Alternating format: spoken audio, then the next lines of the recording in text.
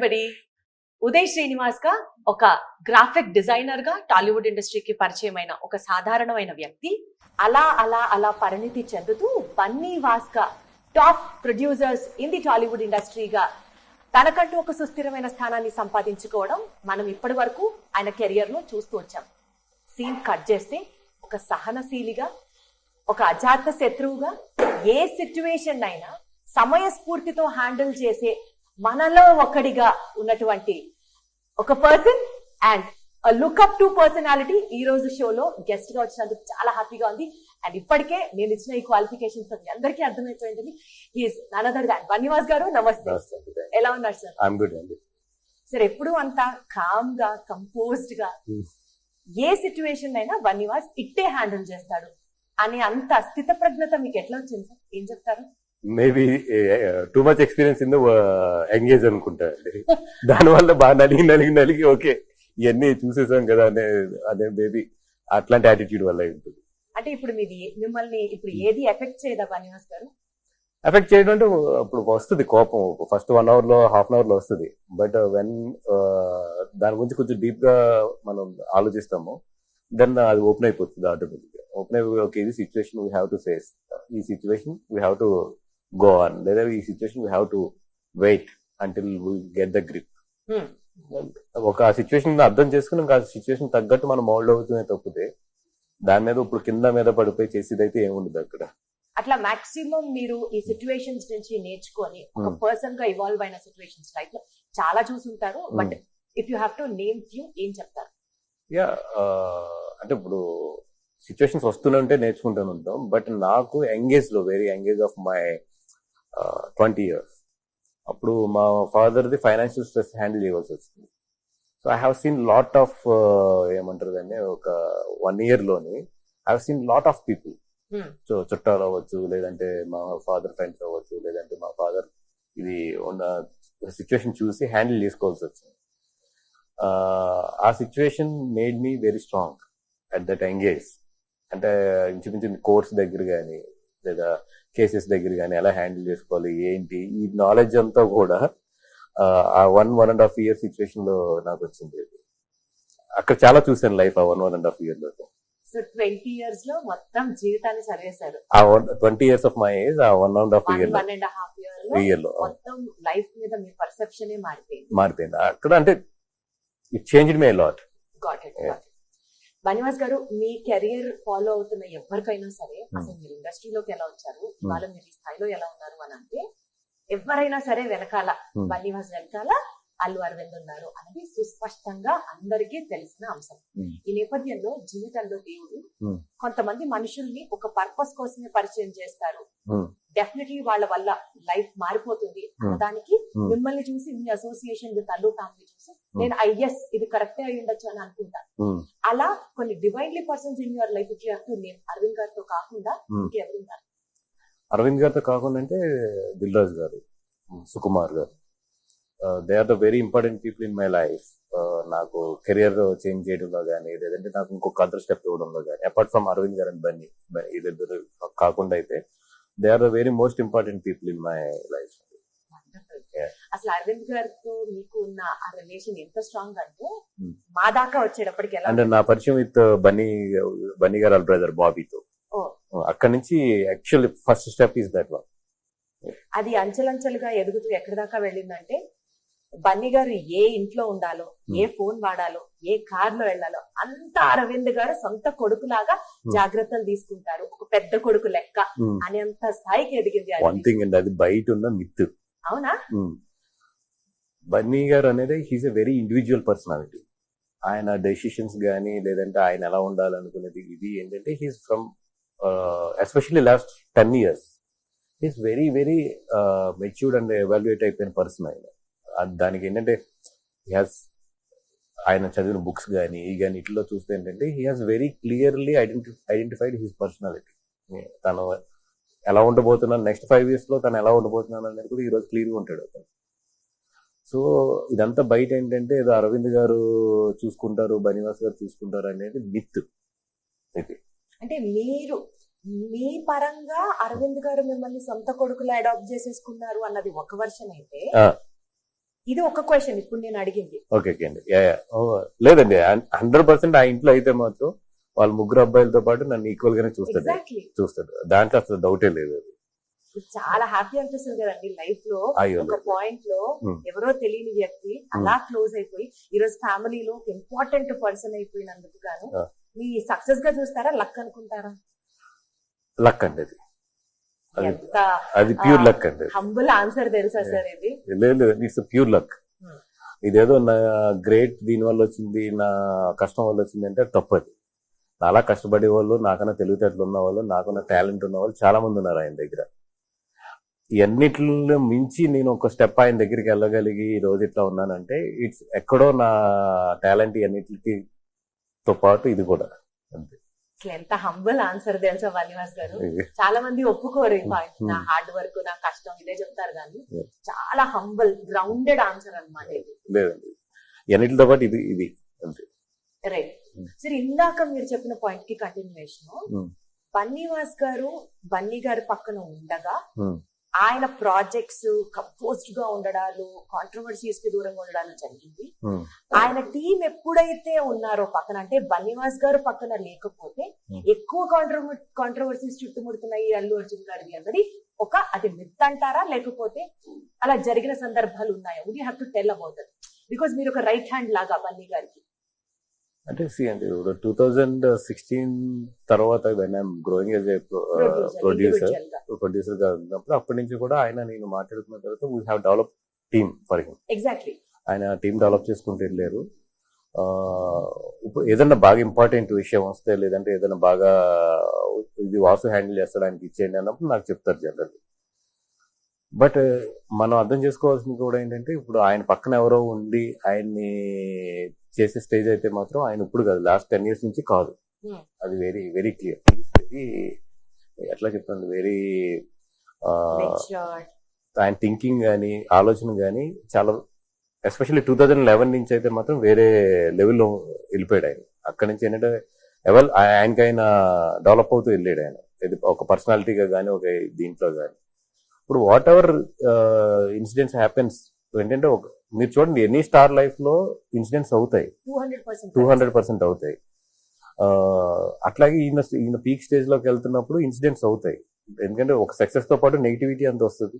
And ఒక success లో పెద్ద స్టేజ్కి వెళ్ళిన తర్వాత ఒక ఇన్సిడెంట్ కూడా మామూలు ఫైర్ అవ్వాలి. సో ఆ ఫైర్ అట్లాంటి అయినప్పుడు ఏంటంటే పక్కన మాలాంటి ఎక్స్పీరియన్స్ పీపుల్ ఉపయోగపడుతుంది తప్పితే. But whatever he design is own. అది దాంట్లో వాళ్ళ ఫాదర్ది కానీ నాది కానీ ఇవన్నీ కూడా we are helped him. But own design అయితే మాత్రం ఆయనదే. సో మీరు పక్కన ఉన్నా పక్కన లేకపోయినా ఆయన ఇండివిజువాలిటీ, ఆయన చరిష్మా, ఆయన హార్డ్ వర్క్, ఆయన planning like extremely his own thing. And second thing ఏంటంటే, ఇంకా నేను లేకపోతే ఇంకా ఫాస్ట్ ఉంటాడు ఆయన. ఇంకా ఏంటంటే, నేను జనరల్లీ ఏం చేస్తానంటే ఆయన్ని స్లో చేస్తాను.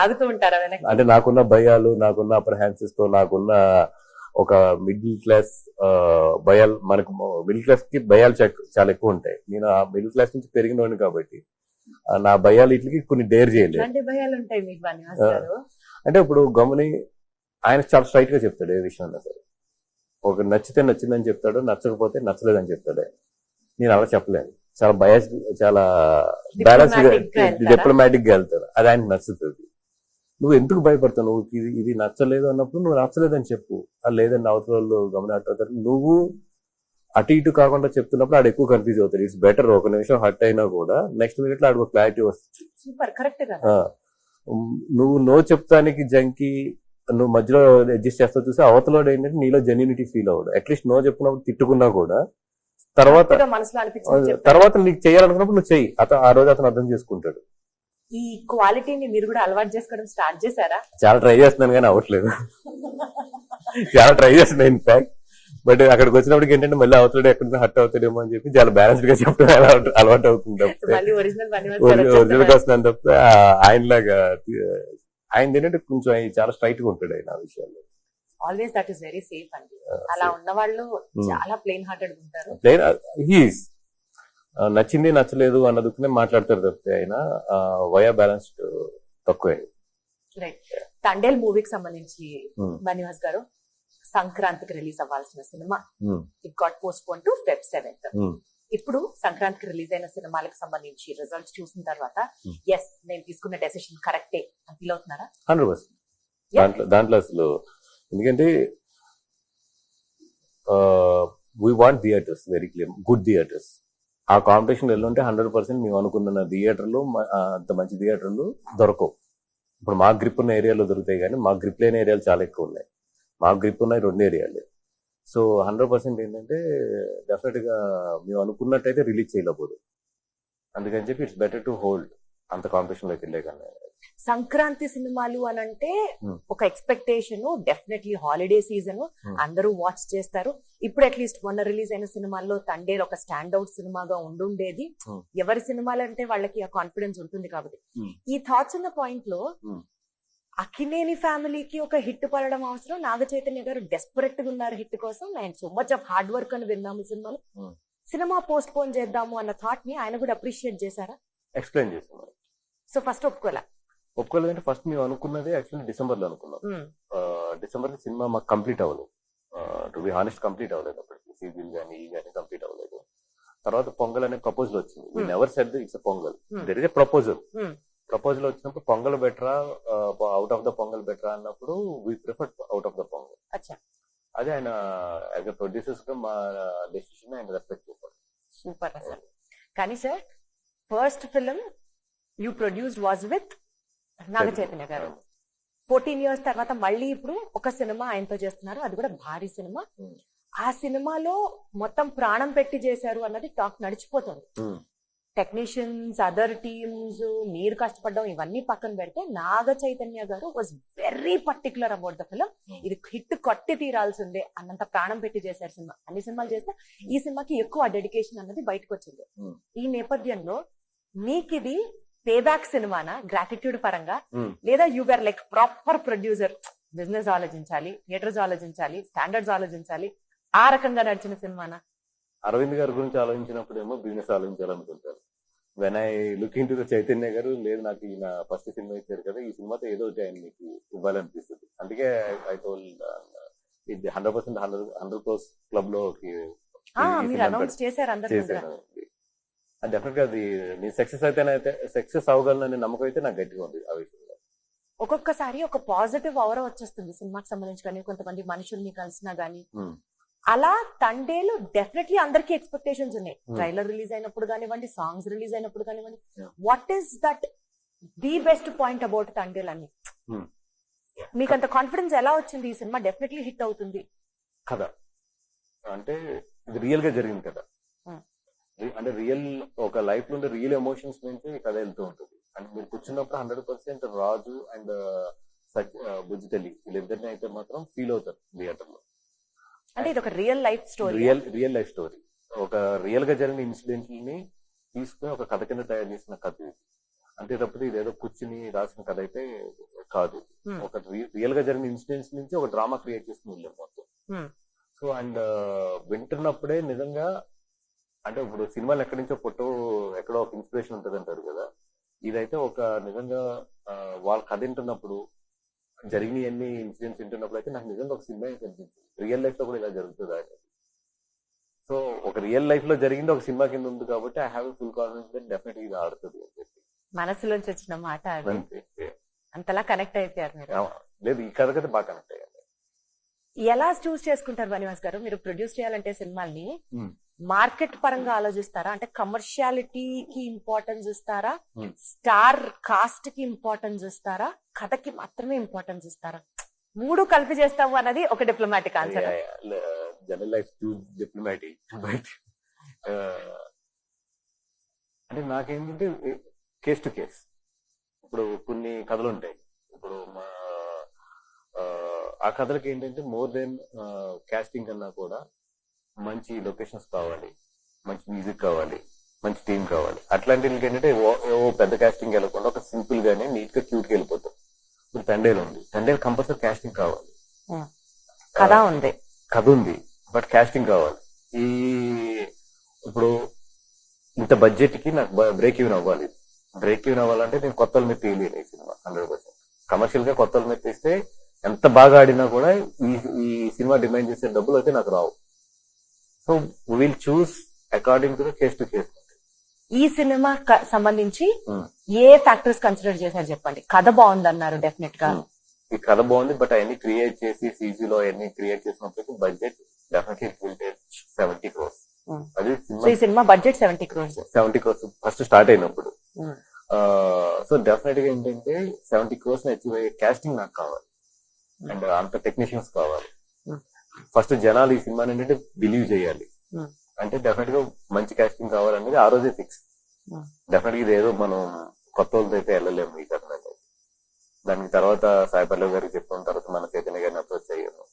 ఇట్లాగేంటంటే అందరూ, బట్ గుడ్ థింగ్ ఏంటంటే చెప్పినప్పుడు ఫస్ట్ అటెంప్ట్ తో అందరి దగ్గర ఓకే అయిపోయింది. అంటే ఆప్షన్స్ అనుకున్నారా? ఈవిడ కాకపోతే నెక్స్ట్ ఎవరు, చైతన్య గారు కాకపోతే నెక్స్ట్ ఎవరు, వాళ్ళు ఒప్పుకోకపోతే కుదరకపోతే అన్నట్టు ఆప్షన్స్ అనుకున్నారా? అంటే ఆప్షన్స్ అని కాదు కానీ లైక్ ఈ కథ చాలా మందికి మామూలుగా ఫ్రెండ్లీగా కలిసినప్పుడు అది చెప్పినప్పుడు అయితే చాలా మంది ఇంప్రెస్ అయ్యారు. ఈ కథ ఇంప్రెస్ అయ్యి అందరు మాత్రం అడిగేవారు ఎవరితో చేస్తున్నావు ఏంటి అనేది మాత్రం. మీకు ఫస్ట్ వచ్చిన ఆప్షన్స్ ని అప్రోచ్ అయ్యారు, వాళ్ళు ఒప్పేసుకున్నారా? యా, చైతన్య గారికి ఇది బిఫోర్ ఆయన 1.5 years బ్యాక్ మామూలుగా ఆయన వేరే ఇన్సిడెంట్ వెళ్ళినప్పుడు ఆయన చెప్పాను ఈ కథ. చెప్పిన తర్వాత 6 months తర్వాత కూడా మళ్ళీ ఒకసారి ఆయన ఆ కథ ఎలా జరుగుతుంది ఏంటి అని చెప్పి ఫాలో అప్ చేశారు. అంటే ఆయనే ఫాలో అప్ చేశారు. ఏదండి, ఆయనే ఫాలో అప్ చేశారు. ఆయన గుర్తు తెచ్చుకుని ఒకసారి వాసా కథ చెప్పారు కదా, అది ఉంది కదా గమ్మున అది 100% చాలా మంచి కదా అది, నువ్వు డైరెక్టర్ సెట్ అయినంటే ఫస్ట్ నాకు చెప్పాను. సో అయితే ఈ స్టోరీని పట్టి ఫాలో అప్ చేసిన క్రెడిట్ కూడా చైతన్య గారికి ఇవ్వచ్చు. అయితే 100% నాకన్నా ఎక్కువ అయింది మెడికల్. బాబాయ్, ఆయన 2-3 సార్లు నాకు గుర్తు చేసేవారు ఆ కథ ఏం జరుగుతుంది ఎలా ఉంది, మంచి కథ, అది డెఫినెట్ గా కొడతాం అనేది. ట్రెమెండస్ హార్డ్ వర్క్ అంట కదా సార్ రామ్ చైతన్య గారు? మామూలు హార్డ్ వర్క్ అది. అంటే నాకు తెలిసిన 1-2 ఉన్నాయి, మీరు చెప్తే ఇంకా ఓహో ఈ లెవెల్లో హార్డ్ వర్క్ చేశారా అని అనుకోవచ్చు. ఫస్ట్ డౌట్ నేను ఆయన అడిగింది ఏంటంటే, సార్ ఫిక్షన్ మ్యాన్ కింద how you want to be, మీరు మీకు మీలా అంటే నువ్వు వదిలేసేయండి, అది యాక్టర్ గా నేను ఫిషర్ మ్యాన్ గా కనబడతావు అనేది నా బాధ్యత. ఈ కథ నువ్వు ఎంత నమ్ముతున్నావో నాకు తెలుసు. నీకేదైనా డౌట్ ఉన్నప్పుడు నన్ను నా లుక్ చూసిన తర్వాత నీకు ఏదైనా డౌట్ ఉన్నప్పుడు అడుగు. అప్పటి వరకు నువ్వు అసలు దీని గురించి సబ్జెక్ట్ వదిలేశాను. నాకు లోపల ఎక్కడ ఏంటంటే ఈయన సిటీ బోర్న్ అండ్ బ్రాటప్ ఇవన్నీ ఎలా తెలుస్తాయి ఏంటి అంటే పాపం ఈ వెంట ద విలేజెస్ వెళ్ళాడు ఆయన. అక్కడ చాలా మందిని కలిసాడు, చాలా మందిని తెప్పించుకునేవాడు ఆయన. తెప్పించుకుని వాళ్ళతో మాట్లాడుతూ ఉండేవాడు. వీళ్ళు ఈ 21 ఫిషర్మెన్స్ ఎవరు ఉన్నారు దాంట్లో 5-6 2-3 సార్లు కలిసారు ఆయన, 4-5 సార్లు కలిసి ఒకసారి కారులో వెళ్ళి వైజాగ్ ఫిషింగ్ హార్బర్ దగ్గరికి అంతా వెళ్ళి వాళ్ళు ఎలా బిహేవ్ చేస్తారు, ఈ కారులో ఉండే ఎలా బిహేవ్ చేస్తారు, ఎలా కూర్చుంటారు, ఇవన్నీ కూడా చాలా హోంవర్క్ చేశారు ఆయన. మొత్తం హోంవర్క్ చేసి వాళ్ళ హెయిర్ స్టైల్, ఒరిజినల్ ఫిషర్మెన్ కూడా ఈ స్టోరీలో పెట్టారా, ఉన్నారా? వాళ్ళకు మొత్తం త్రోట్ తీసుకున్నాం వాళ్ళని. సినిమా అంతా ఉన్నది ఆర్టిస్ట్లే ఉన్నారు. బట్ ఏంటంటే వాళ్ళకి బాడీ బిహేవియర్స్ గురించి కానీ ఇట్ల గురించి తెలియడానికి కానీ ఇవన్నీ కూడా త్రూ అవుట్ లో మాకు ఒక 2-3 టీమ్స్ అయితే మేము కూడా ఉంచుకున్నాం. కూడా ఉంచుకున్నారా? వాళ్ళు నటించారా? నటించలేదు, కూడా ఉంచుకున్నాం. అలాగే స్లాంగ్ మాస్టర్స్ ఉంచుకున్నాం, ఎందుకంటే మొత్తం శ్రీకాకుళం స్లాంగ్ ఇది మొత్తం. అట్లాగే ఏంటంటే ఆయన అయితే మొత్తం డెడికేట్ అయిపోయాడు. ఇంకా ఆయన పొద్దున్న లేచినా నిద్రపోయినా ఏం చేసినా కూడా లాస్ట్ 2 years నుంచి అయితే ఈ సినిమాయే మొత్తం. ఏదో ఒక సన్ లో నుంచొని ట్యాన్ అయ్యే ఒక సీన్ ఉంటే కంప్లీట్ గా ఆయన ఏ మాత్రం సన్ స్క్రీన్ రాసుకోకుండా ఎండలోనే నుంచొని చేశారు. అవునండి, ఆయన నాకు భయం వేసింది సార్, మీకు పొద్దున డాట్స్ పడతాయి అది చాలా ఇబ్బంది అయిపోతుంది తర్వాత అంటే లేదు I'm taking care don't very అని చెప్పారు. అంటే చాలా గొడుగు ఉండేది కదా. జనరల్ గా ఏంటంటే మాకు హీరోలు ఎనీ ఆర్టిస్ట్ ఎవరున్నా సరే మేకప్ ఇవన్నీ ఉంటుంది కాబట్టి సెట్ పెట్టుకుంటాను గొడుగు పెడతారు. బట్ ఆయన గొడుగు వద్దని నడి సముద్రంలో కూడా వద్దని మేము కంగారు పడి అలా కదా సీలోనూ కొడుతుంది అది ఏంటంటే పర్లేదు నాకు అది తెలుస్తుంది కదా నేను ఐ విల్ టేక్ కేర్ అనే పాప అంబ్రెల్లా వాడలేదు. ఎస్పెషల్లీ సాయి పల్లవి గారిని మీరు ఒక నెమలి లాగా ఈ సినిమాలో చూపించినట్టు అనిపించింది. ఆ లిరిక్స్ కి కానీ ఆవిడ డాన్స్ సీక్వెన్స్ కానీ it was so beautiful. She is like a proved actress and proved dancer. పక్కన పెడితే ఆవిడకి కూడా టఫ్ కాంపిటీషన్ ఇచ్చారు. ఆ శివస్తోత్రం తాండవం సాంగ్ లో నాగ చైతన్య గారిది it was a feast to ice అని వింటున్నాం. చాలా కసిగా చేశాడు. అంటే ఈ సినిమాని ఆయన చాలా పర్సనల్ గా తీసుకుని కసిగా చేశాడు. ఈ సినిమా నిజంగా ఓకే అపార్ట్ ఫ్రమ్ ద మా అందరికన్నా కూడా ఒక ఆకలి అండ్ ఒక ఈ సినిమాతో నేను కొట్టాలి అనే ఒక దశ అయితే మాత్రం ఆయన డే 1 నుంచి ఉంది ఆయనతో. దానికన్నా ఈ సినిమా బాగా తదాస్తు. తండేల్ సినిమాలో మీకు మోస్ట్ ఛాలెంజింగ్ పీరియడ్ ఎప్పుడన్నా అనిపించిందా అండి? సెట్ పరంగా గానీ, హార్డ్ వర్క్ పరంగా గానీ, వాట్ ఎవర్ మీకు? లేదు, ఈ సినిమా everyday is a challenge for us. Because ఎందుకంటే ఆ, ఇప్పుడు అక్కడ షూట్ చేసాం మ్యాంగ్లూర్ సైడ్. ఆ సముద్రంలో ఆ ఎండలో షూట్ చేయడం అంటే అసలు పాప సాయంత్రం 4 అయినప్పుడు యూనిట్ అయిపోయేది. అట్లాంటిది నియర్లీ 35 to 40 days చేసాం అక్కడ ఆ ఏరియాలో. ఇంకా బీచ్ ఒడినా లేదంటే సముద్రం, ఈ రెండే. హ్యూమిడిటీ ఎంత ఉండేది సార్ హ్యూమిడిటీ అసలు? గానీ ఆ హీట్ గానీ అది అసలు మామూలు నరకం కాదు. వా. బట్ ఏంటంటే ఇంకా ఈవెన్ పాపం సంక్రాంతి కూడా రాకుండా అక్కడ ఉండిపోయి మా వాళ్ళు కంటిన్యూ అయిపోయారు. వా. అండ్ శాండ్ ఫైట్ ఉంటుంది దీంట్లో, అదేమో శాండ్ లో చేయాలి ఫైట్ మొత్తం. అవన్నీ కూడా అంటే production wise very tough production. అందుకని everyday is a challenge and for us. Market పరంగా, బిజినెస్ పరంగా యాజ్ అ ప్రొడ్యూసర్ గా మీరు మాట్లాడితే హౌస్ ఇట్ పర్ఫార్మింగ్? ఈ పాటికి బిజినెస్ అయిపోయి ఉండాలి కదా? ఆల్మోస్ట్ క్లోజ్ అయిపోయింది. But still we are in a little ఇంకా మాకు బ్రేక్ ఈవెన్ అవడానికి అయితే మాత్రం సినిమా హిట్ అవ్వాలి 100%. ఆ రిస్క్ అయితే మాకు తెలిసిందే తీసుకున్నాం ఈ సినిమాకి. ఓ పక్క ఒక చిన్న corner of the heart risk, but maximum cinema కొట్టేస్తుంది 100% అంతే, అన్న ఒక కాన్ఫిడెన్స్. కాన్ఫిడెన్స్. లేకపోతే మీరు 100 కోట్ల క్లబ్ లో నాగ చైతన్య గారిని ఇన్వాల్వ్ చేస్తారని ఎట్లా చెప్తారండి అసలు? లేదండి, I have a confidence and definite గా 100 crores క్లబ్ లో అయితే ఈ సినిమా వెళ్తుంది. Wonderful sir. Sir, coming back to the regular scenario of Tollywood which has been happening, producers సంస్థలకు సంబంధించి ప్రొడక్షన్ హౌసెస్ మీద ఐటీ రైట్స్ గురించి మాట్లాడాల్సి వస్తే, ఉన్న కలెక్షన్స్ ఎక్కువ చేసి చెప్తున్నారు, కేవలం ఆ ఫేక్ పబ్లిసిటీ జరుగుతుంది కాబట్టి రైట్స్ జరుగుతున్నాయని కొంతమంది అంటున్నారు. ఇది కూడా ప్రమోషన్ లో భాగమే అని ఇంకొంతమంది అంటున్నారు. సో క్లారిటీ ఇవ్వండి సార్. ఫస్ట్ ఆఫ్ ఆల్ ఇది అందరికీ తెలియదు ఏంటంటే ఈ రోజు ఫేక్ చేయడం అనేది కుదరదు. టికెటింగ్ వచ్చి మొత్తం ఆన్లైన్ అయిపోయింది. ఇప్పుడు హిందీ తీసుకుంటే టోటల్ ఆన్లైన్, ఆల్మోస్ట్ 90% ఆన్లైన్ ఉంటుంది. ఇప్పుడు ఫేక్ చేస్తే 3%, 4%, 5% ఫేక్ చేయగలరు, కానీ అంతకన్నా కూడా ఎక్కువ ఫేక్ చేయలేరు. ఇంకా అలాగదని అడ్డంగా పోస్టర్స్ చేస్తే అది వేరే విషయం. అది అంటే బయటికి ఈ రోజు ఉన్న ట్రాన్స్పరెన్సీలోనే తెలిసిపోతుంది అంటే అసలు అది ఆపలేము కూడా. నిజంగా అలా అనుకుని ఫేక్ చేసినా కూడా రెండో రోజు చెప్పేస్తారు జనాలు, అసలు నేనే చెప్పక్కర్లేదు. బికాస్ ఆఫ్ ఆఫ్టర్ ఈ టికెటింగ్ ఇవన్నీ ఎప్పుడైతే ఆన్లైన్ అయిపోయినాయో టోటల్, ఎక్కడ కూడా మేము దాయడానికి ఏం లేదు. ఇప్పుడు మా జీవితాలన్నీ కూడా ఓపెన్ బుక్స్ అయిపోతాం. ఇప్పుడు నా సినిమా నెట్ఫ్లిక్స్ కిందకి వెళ్ళింది, ఇండస్ట్రీలో ఎవరు అడిగినా చెప్తారు. నెట్ఫ్లిక్స్ కి వెళ్తుందా? ఏదండి, నెట్ఫ్లిక్స్ ఇది ఏదో ఇప్పుడు ఈ సినిమా ఏ ఓటీటీ ప్లాట్ఫామ్, అదొక్కడే కట్ చేయండి. ఈ సినిమా ఏ ఓటీటీ ప్లాట్ఫామ్ కి వెళ్తుంది ఏంటి అనేది ఇండస్ట్రీలో ఎవరికి అడిగినా చెప్తారు. అందుకే ఎంతకి వెళ్ళిందో కూడా చెప్తారు. Open industry is everything is open ఇప్పుడు ప్రజెంట్ ఉన్న సిచ్యువేషన్స్ లో. అండ్ రెండోది, ఏదో జనాలు అందరూ అనుకుంటున్నట్టు వీళ్ళు లెక్కలేదో తప్పు చెప్తారు, లేదా ఇదేదో క్యాష్ అంటే ఇదివరకు రోజులు తెలియదు. కానీ నాకు ఇప్పుడు ప్రజెంట్ సినారియోలో అయితే ఆఫ్టర్ జిఎస్టీ వచ్చిన తర్వాత cash involvement in the film industry is very very minimal, చాలా తగ్గిపోయింది. ఎందుకంటే ఇప్పుడు మాకు ఎక్కడ ఒకవేళ నిజంగా క్యాష్ వస్తే ఎక్కడి నుంచి రావాలి, డిస్ట్రిబ్యూటర్ దగ్గర నుంచి రావాలి. OTT platforms never deals with the cash, satellites never deals with the cash.